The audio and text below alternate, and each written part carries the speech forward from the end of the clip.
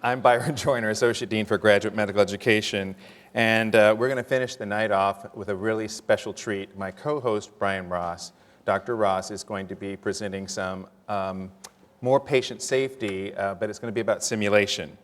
So I've known Dr. Ross for about 8 years, and for the first time tonight, I found out something that I didn't know. You ready? That he has a twin brother, an identical twin. Can you imagine two of those guys walking around here? And his brother's a lawyer, and the lawyer's the nice guy, apparently. I like that. His mother said that she was doubly blessed when they were born, but everybody else has been wondering ever since, including his wife. In all seriousness, Dr. Ross has been involved in medical simulation at the University of Washington since 1996, when he developed the initial curriculum for the Department of Anesthesiology. Since then, he's developed 20 courses for medical students, residents, and nurses. He is the energy behind advancement of medical simulation, reaching across the University of Washington schools of dentistry, medicine, and nursing. Based on his vision and expertise in medical simulation, Dr. Ross was appointed to serve as the first executive director of the Institute for Simulation and Interprofessional Studies, called ISIS, in November of 2005. He and his ISIS team have expanded its offices to Harborview Medical Center and established ISIS as the medical simulation resource for the University of Washington, the community, industry, and the 5-state WWAMI region. Dr. Ross received his PhD in physiology, pharmacology from the University of North Dakota, Grand Forks. He completed his postdoctoral research in respiratory diseases at the University of Washington, where he also earned his medical degree. Dr. Ross, as you can see in this photograph to your left, is Scottish ancestry, and you can see that in this photo. He attends a lot of the Highland Games during the summer. He is a Little League umpire, also in this photo, collage here, a ham radio operator, not in this photo collage here, and enjoys outdoors, trains, and train modeling. It is my pleasure to introduce my co-host, Dr. Brian Ross, and the team.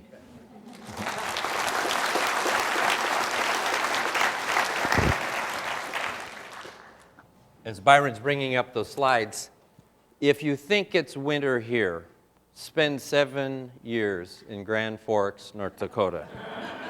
I didn't know a person could shiver so much in my life as I did there. And I trained there because I was interested in hyperbaric physiology, diving physiology. They had a huge diving facility at Grand Forks, 3,000 miles from any body of water you'd want to swim in. And, but it was a great facility, great time, but oh, miserable cold. And I'm just another aside, I'm always impressed how baseball coaches sitting 90 feet away at funny angles can call balls and strikes better than I can, but maybe they can. The role of simulation. Medical education, how it's been done, it was really started in 1910 by a review by Abraham Flexner, that was funded by the Carnegie Foundation. And they asked him to go across the United States and find out what was happening in medical schools. And he found out that they lacked defined standards, they lacked defined goals, and they were in favor of financial gain. That is not a problem anymore here. But at that point proposed a strong medical science curriculum and a hands-on teaching method. And it's the apprentices method, and Byron and I trained that way. It was on-the-job apprenticeship, see one, do one, teach one.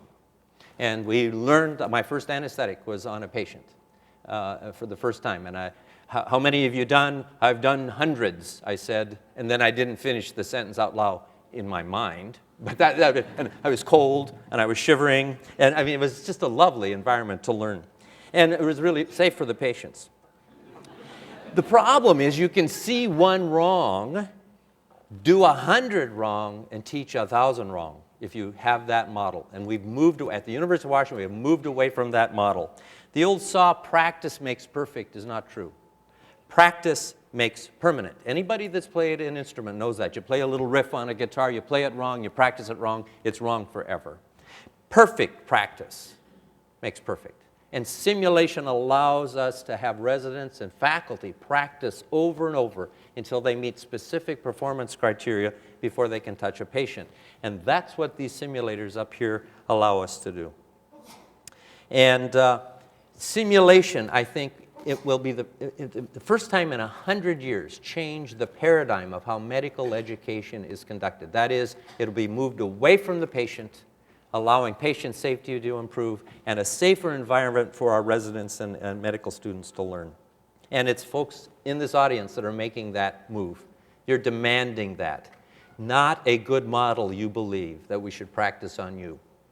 Simulation touches all parts of our world and our life, from recreation to the nuclear industry, airline industry, and why has it taken medicine 50 years to catch up with the airline industry in terms of the importance of simulation? But it does get back to what Patch hinted at, and that is when the plane goes down, the pilot goes down with the plane, and so there's maybe a little different initiative for practicing and doing simulation.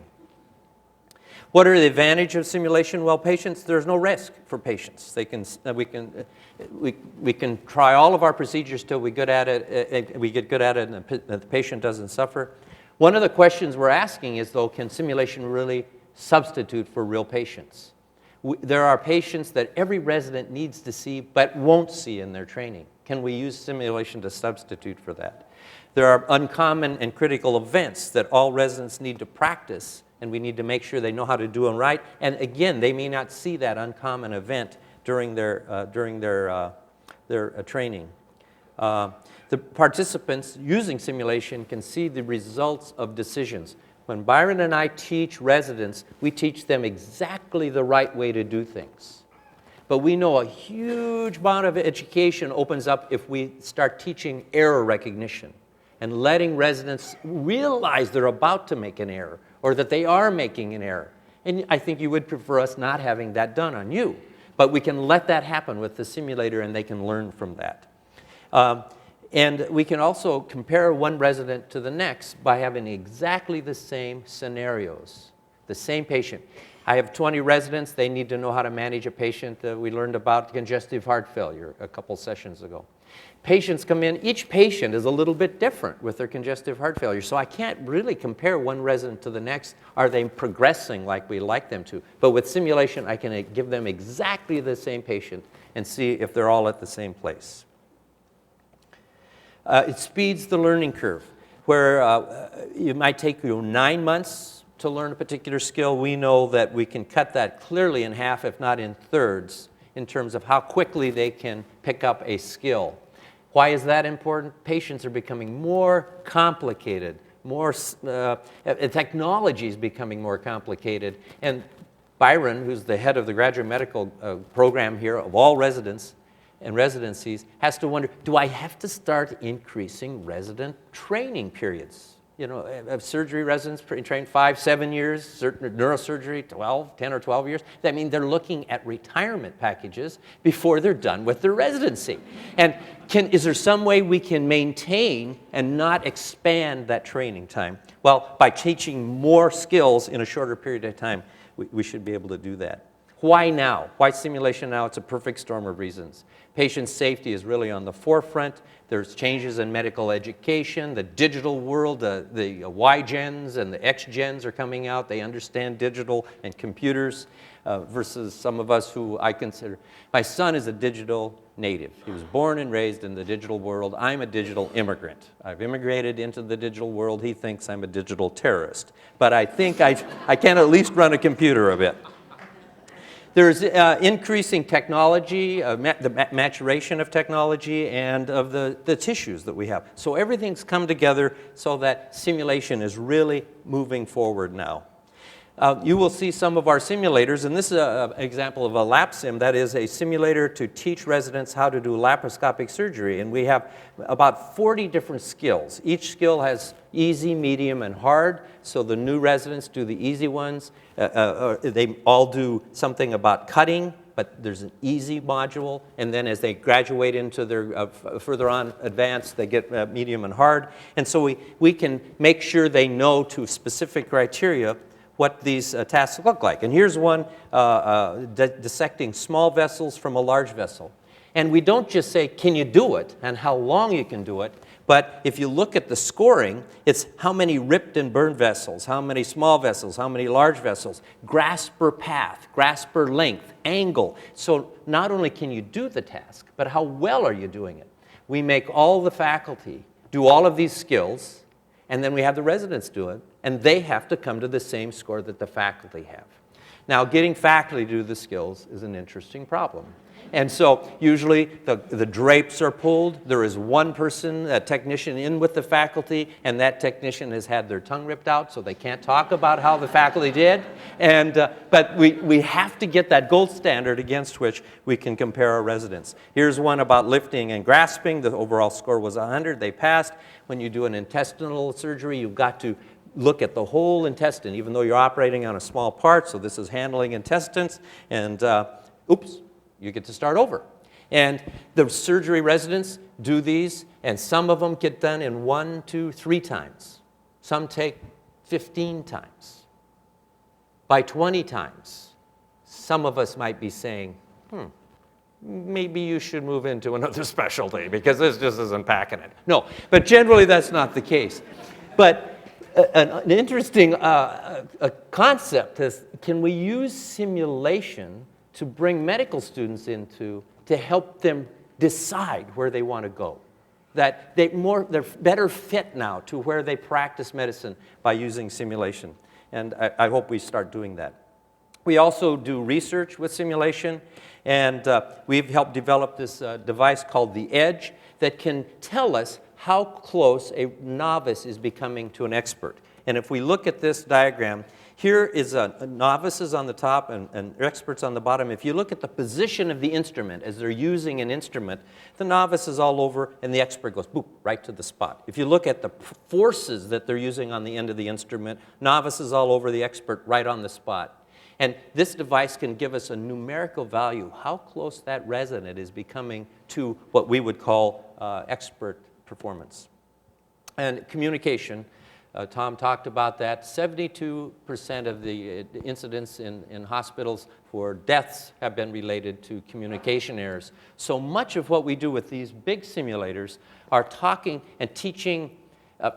When I trained in medicine, I learned with medical students. The nurses learned with nursing students. The pharmacists learned with their students, all in our little silos. Now we can bring them all together and see, can we act as a team, much like the airline industry. And same with the Joint Commission, 72%. And much of our training around communication has to do with these high-end simulators. Just a quick advertisement. What is ISIS, or who is ISIS? Well, it's the Institute for Simulation and Interprofessional Studies. She was the Egyptian goddess of good medicine, magic, fertility. The dean liked the name Isis, so I like the name Isis. I serve at the pleasure of the dean. And if you're going to have a successful sim center, I guess you should find an Egyptian tart to name your center after, so we did. But it tells us what we want to do, and that is we want to practice simulation and interprofessional training. And so we now have courses with fourth-year medical students, fourth-year nursing students, fourth-year pharmacy students, fourth-year social workers, all learning together around patients and around simulation. And prior to ISIS, we all were learning in our little silos, and the dean said, can we bring all simulation efforts under one big umbrella, have one administrator, a couple program people, 5 or 6 technicians that are here volunteering to work tonight and to help us with this. And we have now, ISIS is more than a center. It's a program. We have a center at the UW, at the University of Washington here. We have a center at Harborview. There's simulation under this umbrella going on at Seattle Children's. WWAMI, we are part of a 5-state collaborative for medical schools. And so we now have a center in Boise, and we'll be opening a center in Spokane. And now we're standardizing the education across all 5 states. And there we are. ISIS, we have do simulations in the center, and we do simulations in patient care areas. We go to the intensive care area, the emergency rooms, and do our simulations, not just in our center, but in the clinical care areas, to see not only can the teams work together, but does the system support these people in good patient care. These are some pictures of our center both here and at Harborview. Harborview is a beautiful facility for simulation. At Harborview, we also not only do simulation with mannequins, but we do simulations with cadavers. And so we now have an active program where the neurosurgery residents and fellows are learning all the neurosurgical procedures on cadavers before they start working on patients, ear, nose, and throat, where they're doing platings on jaws, ortho, and the vascular patient surgery residents are learning on cadavers. We're going to do a demo, and what's going to happen here, we have some volunteers. So over here, Jeanette is going to talk about neonatal resuscitation. What do you do with the baby after it's born? If it's healthy, what do you do? And if it's not so healthy, and this little guy, I'll talk to Jeanette a little bit about, but this mannequin, as we get it up and running, cries, it wiggles, it has seizures, it turns blue. If you ventilate it, it turns pink. It's very cool. And so Jeanette's going to start doing a simulation around neonatal work. Joe and where's Ken Plitt? This is a simulator for an adult, and we're going to have a group of students put this patient to I don't use the word, I'm sorry, I don't use the word put them to sleep. Anesthesiologists generally don't use that phrase. It connotes some things that we don't like to think about. So we drift people off to sleep, or we prepare them for anesthesia or surgery, but we don't put them to sleep. I also don't tell them that this blood pressure cuff will blow up every minute. You know, they're just words we don't use. And this mannequin, I don't know if you can tell, is breathing, and we'll get some shots of that. This mannequin's breathing. If they listen with a stethoscope, they'll hear heart sounds and breath sounds. If the patient starts wheezing, they'll hear wheezing. If they develop a murmur, you'll hear a murmur. We can change 60 or 70 different settings on him, so we can make him young or old, fat or thin, male or female, pregnant or not. We can give him heart disease, lung disease, diabetes, kidney disease, or whatever. And so we start with simple, healthy patients with our new residents, and as they get cockier and cockier, we give them more and more complicated patients to do, and because we can't let them get to us. We got to keep them in their place. The patient's also blinking. His eyes are blinking, his pupils respond to light. If you shine a light in, his pupils will constrict, recognizes 400 or 500 drugs, and the physiology comes out on the monitor, just like on the baby, with heart rate, blood pressure, saturation, and whatever. And Andy's going to be demonstrating, Andy Wright, one of our general surgeons.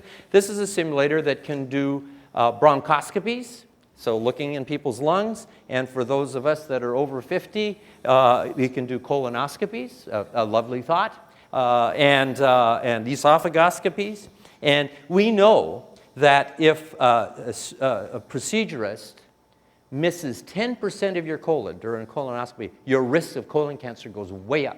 There was no way of knowing whether the procedure was able to see all of the lining of the colon while they were doing it. This can now measure all of that. And so it's a very cool device. He's going to start teaching some people here, and we're going to start doing an anesthetic over here. Okay, and we'll be broadcasting up maybe occasionally. So come on here, come on up here. So we have our anesthesiologist here. Yep. What's your name? Paige. Paige, and we have an assistant. Kevin. Kevin be giving drugs. He looks like someone that likes drugs. So he'll. The opposite. Okay. Medication. Oh, they're the medication expert. Kevin's going to be the anesthesiologist. Okay. And what we would do, and we're going to start an anesthetic, put him off to sleep, drift him off to sleep, and then go visit some other things, and we'll see how the case goes.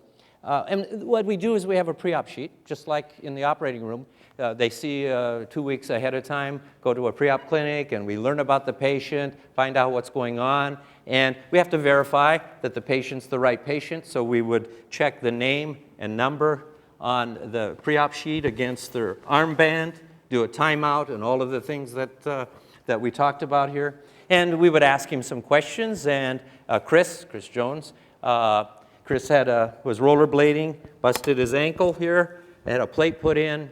It's now bothering him a couple years later, needs to have it taken out. And we talked to him about putting a needle in his back and give him a spinal and he didn't want anything to do with that, so we'll drift him off to sleep.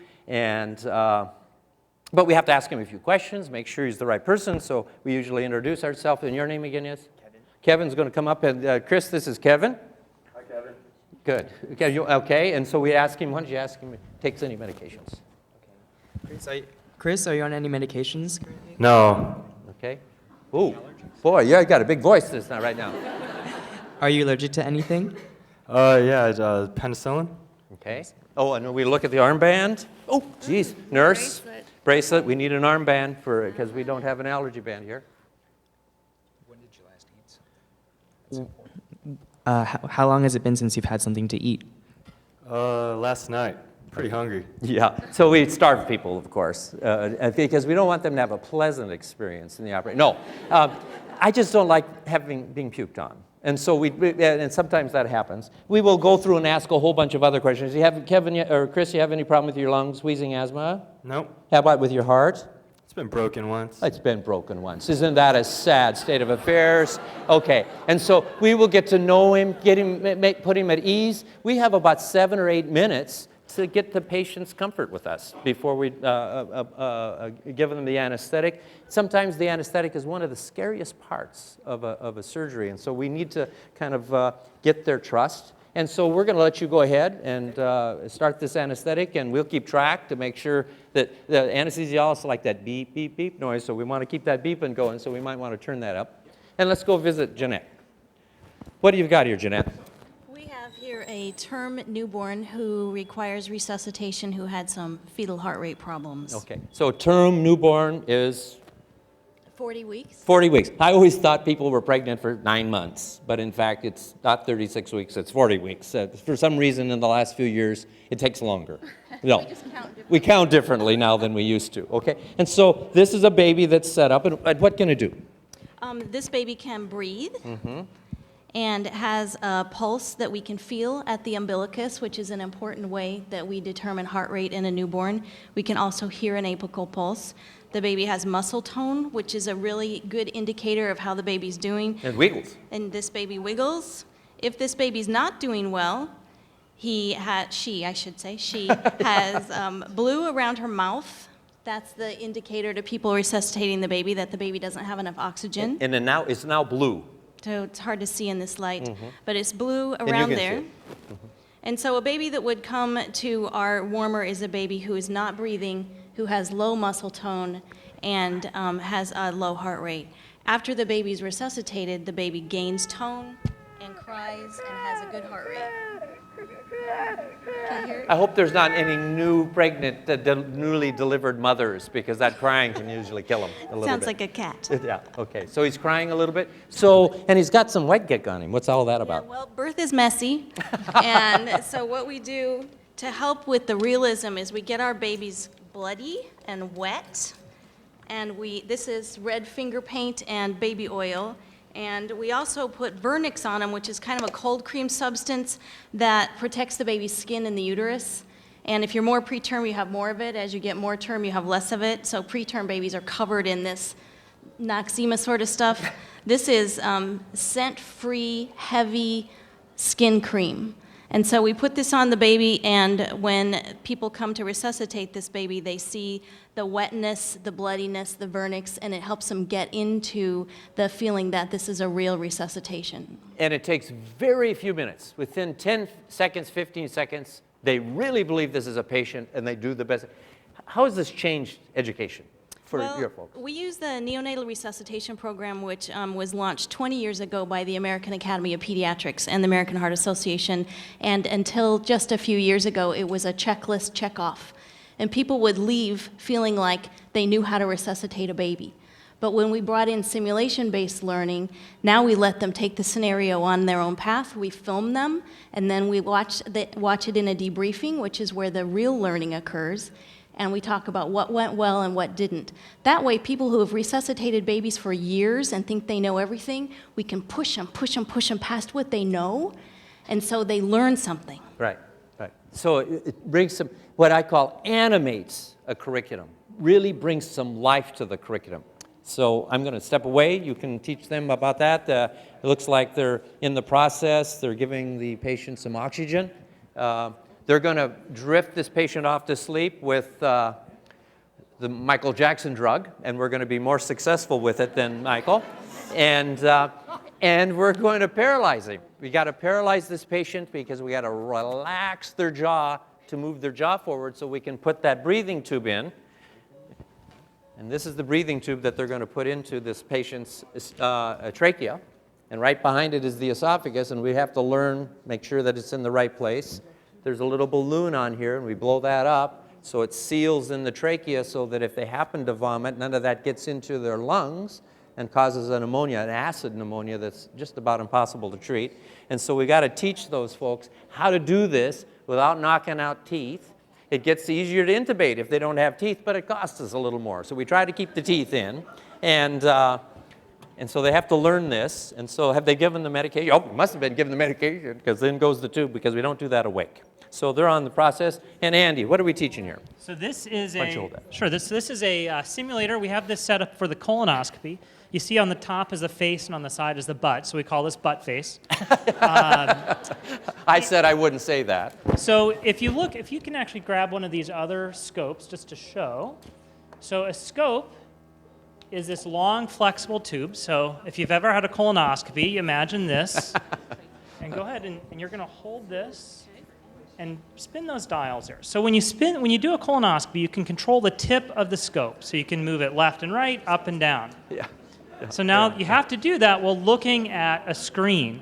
So what we have here's our screen. This is showing the inside of the colon. She's controlling left and right, up and down, and she's also pushing the scope in and out. Now normally when you do a colonoscopy, you go all the way up, all the way over, and all the way back down. And then you look for the polyps or anything unusual as you're pulling the scope out. So she's going to start pulling the scope out, and you want to make sure that you can see everything on the screen as you pull it back. So let's just slowly pull this back. And just as an aside, there's on the side of this, there's a little happy face that if you haven't medicated the patient, turns sad. And he starts moaning and try to get groaning, this in the center. and there's a pain level score. And then we can sedate this patient, and so we're keeping track of the drugs that we're giving the patient and make sure that the residents and faculty know how much of each different kind of medication they're giving. And one of the nice things is if you ever get lost, you can't do this in a real patient. No, that's right. But if you get lost, I can hit the map button, and it shows me where I am. GPS, a colonoscopy GPS. So I'm gonna, Brian, can I have you hold this for just a moment? I'm gonna get you in the center. Okay, I'm going to take your microphone just for a second. He's going to keep doing this. I just noticed that Dr. Davies and Kim Plitt are having more fun, that the heart rate really went up fast during the induction, and now I don't hear the beepy noise anymore. So can you do something about that beep? So they're going to have to start doing CPR, and they've had a cardiac arrest. And so they're going to have to shock him, give him drugs. And it's on TV, so Ken, get him back, okay? Go, keep going. So while I'll they're stand here. We didn't see they're this. having their right? excitement. If you can see here on the screen, we found a polyp. So this might be drawing your attention, but over here, there's a guy with a polyp. So here's what's really important. Yeah. So I'm a general surgeon. I do colon surgery. This is what I care about. That's Brian's job. So what we're going to have to do is take this polyp out so we can get a diagnosis. Is this cancer or not? So you're going to hold on to this. And here's where the teamwork comes in. We actually need an assistant. And the assistant is going to bring our biopsy forceps. You're going to push that in. And I'm going to choose what kind of forceps do I want. I'm going to get a loop. Okay. Oh, there it is. Pushing a little too far. And we need to open the loop. So this is the syringe. So you're going to bring the loop there. See that? Isn't that cool? The instruments really work. And we're going to lasso this. You didn't think you were a cowboy, but you're going to be a cowboy here, and you're going to lasso that polyp. So you're going to work it. Oh, Whoa. almost. That doggy got away. There we go. So now slowly close that syringe. Yep, close, close, close, close, close. There we go. And now I'm going to hit, you're going to have to hold that pretty steady. I'm going to hit the cautery button. I'm just going to interrupt for a minute. You got Dave, it? They've given adrenaline and shocked him once. Still a problem, so they got to keep going. John, how do I activate the carburetor? Because I don't have the foot pedal. That'll do it. Ken, we're on TV, okay? Back over here. It looks like it's around it. And here comes the electricity, so stand Or we can back. do this. There we go. Pull it off. We don't want more than one patient. We lost it here. If you're the person go with ahead the and polyp, send that loop this is out. probably just as important as what's going on over here, I'll tell you. Well, once we get the polyp out, back in the back, we're not doing it in this little demo, but we have one of our laparoscopic simulators. So when we find the polyp, if it's cancer, then we have to take the colon out, and we can simulate that in the back of the room. So as you leave, check that one out too. Right. Yep, so we're going to rotate that in there. I'm going to ask Andy. We're all working together, I hear that. I'm going to ask you can you boot up the bronch and show them Absolutely. that airway? So it's I'm gonna looking down actually into pull the this lungs. back. He's asked us to swap to the bronchoscopy. While that's doing it, maybe. So maybe we... So Ken, where are we here? All right. We've shocked the patient a couple times. We've given a couple different types of drugs. We're about due for a third shock. Okay. Each time we've increased the amount of juice. Okay. I like that. That's a technical term, juice. And the computer, the mannequin is recognizing each of these drugs, the order that is given, and the timing, and if, oh, yes. So I see the little beepy things going across again. Yep. And so we always keep doing CPR for another 2 minutes after we get the person back because the heart isn't really working well. But the computer recognized every drug and the timing, the ability of, or how effective the CPR was, how effective the airway management was, and if it wasn't correct, they wouldn't have recovered. So we've got our pulse back, you're checking for a blood pressure, and they look for the mannequin has a pulse in his neck, his wrist, his arm, and his groin, and his feet, so he has pulses all over just like a regular patient. Okay? Okay, Andy, have you got the bronch back up and running? That big scope we were using doesn't fit if we're trying to do a bronchoscopy to look down the windpipe. So you have a lot smaller tube. And this one's a little bit simpler. It only goes up and down, so it's going to be a little bit easier to use. Now this time we're not going to put it in the butt part of butt face. We'll put it in the face part of butt face. When I go to my GI doc, I have to have an upper and lower every time. I asked him to do the upper first, just to keep things in the right order.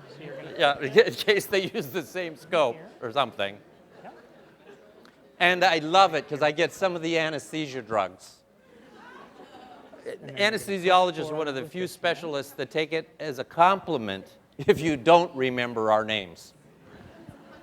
So the bronchoscope's coming down, and here are the vocal cords. And you can see right here the vocal cords, and if the It's sound are coughing a on, you little can bit. actually hear it cough. And we're going to put in some numbing medicine into the vocal cords. John, can you come around and can't do too many things at once. So you can see how the patient's coughing. So we're going to put in some lidocaine, some numbing medicine to numb up the vocal cords. Go you ahead and select it? squirt that in. Have to select the lidocaine. Yep. And you can actually see There, on the there goes the screen, there goes the lidocaine in. All right, good. And now you can go ahead and push this. She's pushing down through. You're going to keep going. And you can tell what part of the airway you're in by just its anatomy. Pretty quick, you see the rings for the trachea. So she's down the windpipe. The windpipe comes down and then branches into two. And so you can see here on this map where she is. And she's just about down to where the branch point is. And then we can go down. We can look at both sides, the right and the left, and we can look at all the little subsegmental pieces.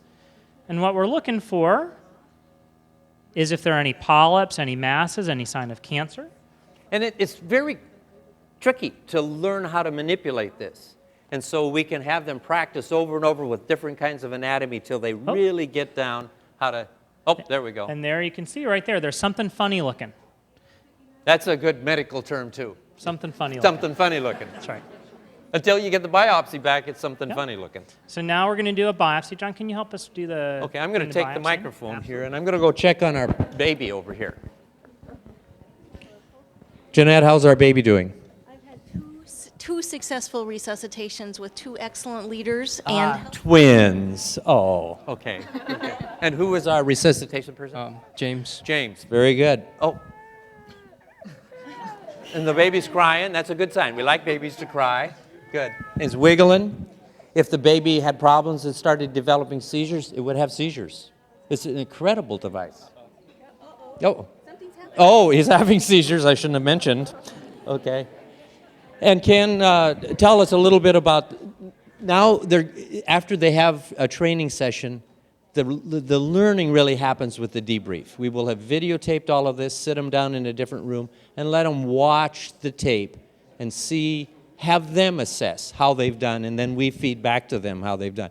You know, at some point you might say, do you know the patient was dead about 9 minutes before you recognized that?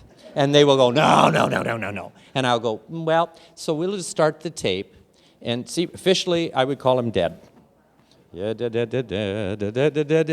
because they don't quite know how to recognize all the signs of that. And so that debriefing and the videotaping is really the important part of learning. So how'd it go, Kent? We had a great team. Yeah. Always room for improvement, though. Okay. And how do you see this kind of simulation impacting on patient safety and training? Oh, dramatically. I mean, it's not just the technical skill part. You did a great job of putting that breathing tube in the right place.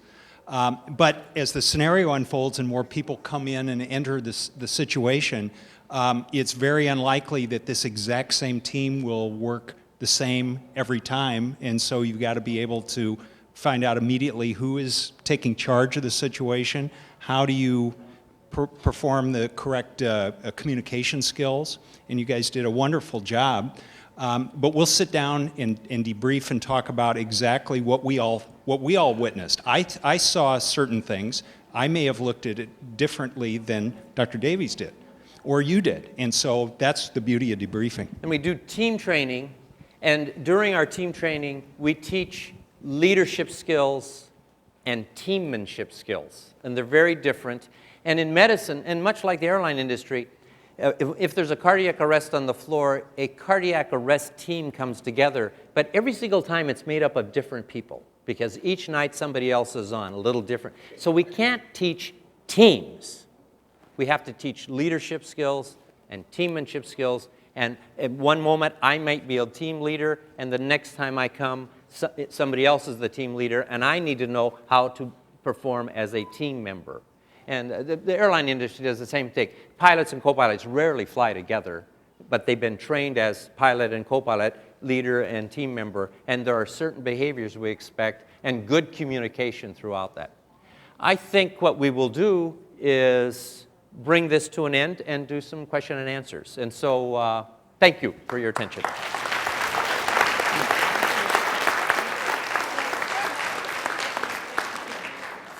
We'll let them continue working if they need to. If there are some questions, come up to the microphones. Oh, and Tom and Patch can answer questions too if you have any. I have a question for the first part of the program, which was on checklists and scope. Oh, you have. We seem to be doing a very good job in Washington State. What's the picture across the country? What percentages of hospitals are doing it? What are some of the stumbling blocks? What are the successes? I don't know exactly how much the checklist is being introduced in other states. It's in many places. The checklist actually was going earlier in Toronto and in Baltimore than it was here in Seattle, but we had the privilege of taking part in that first WHO trial.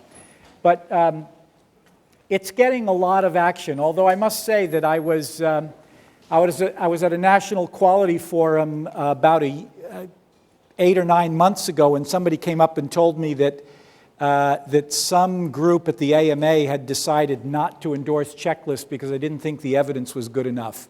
And she was shaking her head and, hitting herself over the head on that. I think it's going to eventually get everywhere, but it's a change. It requires a change in culture. Many people don't change easily or rapidly, and it takes time. And I think that that's the other key thing. It's that I think in this particular age, it's not just information being provided by the healthcare provider. I think patients are becoming more empowered, and so they're coming in essentially demanding it. And so I think that what's going to happen is if institutions don't respond to that, pretty much patients will choose to go elsewhere. I have two questions. Number one, more hospitals are getting pressure, more healthcare entities are getting pressure to have quality outcomes in order to attain government contracts, be Medicare providers, and all of those things. And I can see all of this working into that sort of evaluation of healthcare and whether or not it's cost effective. But what kind of costs are involved in the simulation labs? Are those cost effective as well? I'm not sure that the data is there yet, because outcomes take a long time to happen.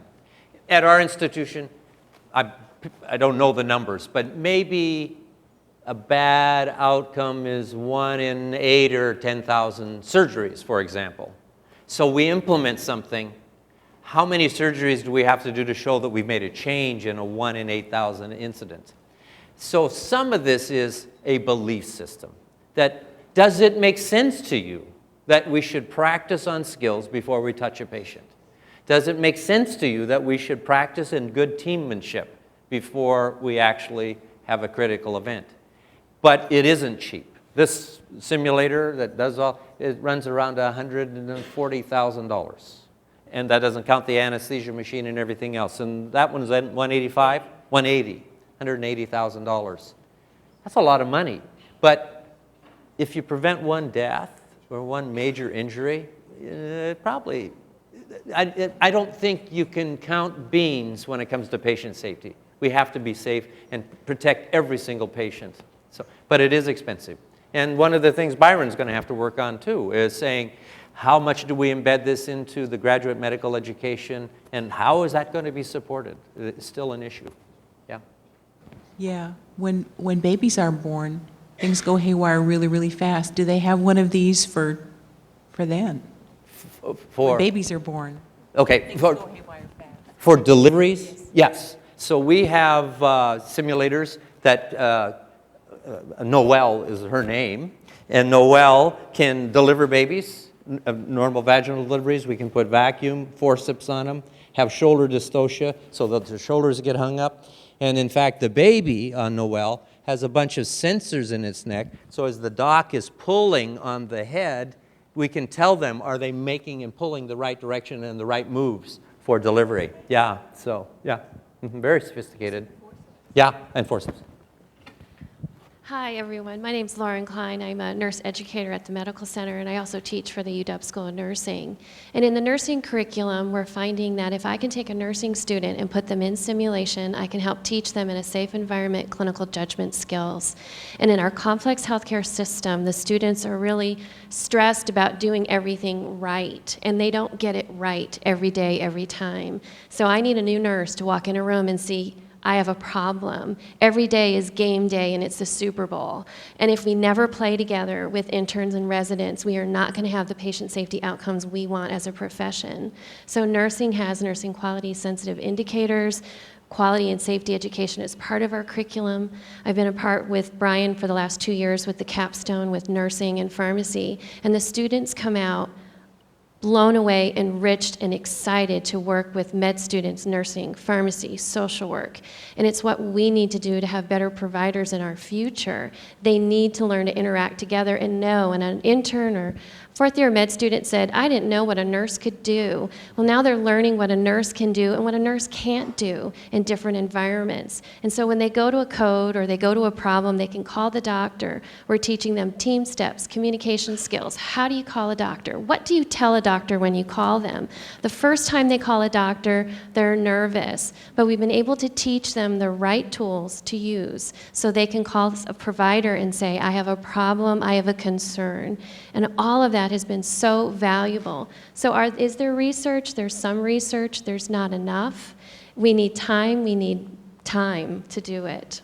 One more question here. Has there been any development or talk of development of a cost-effective gaming system program that can be sent overseas, like developing countries, or to be used in developed countries? Yeah, first of all, the gaming idea is interesting because our students are digital students now. And so I think our educators have to come to a different realization. They're being taught differently.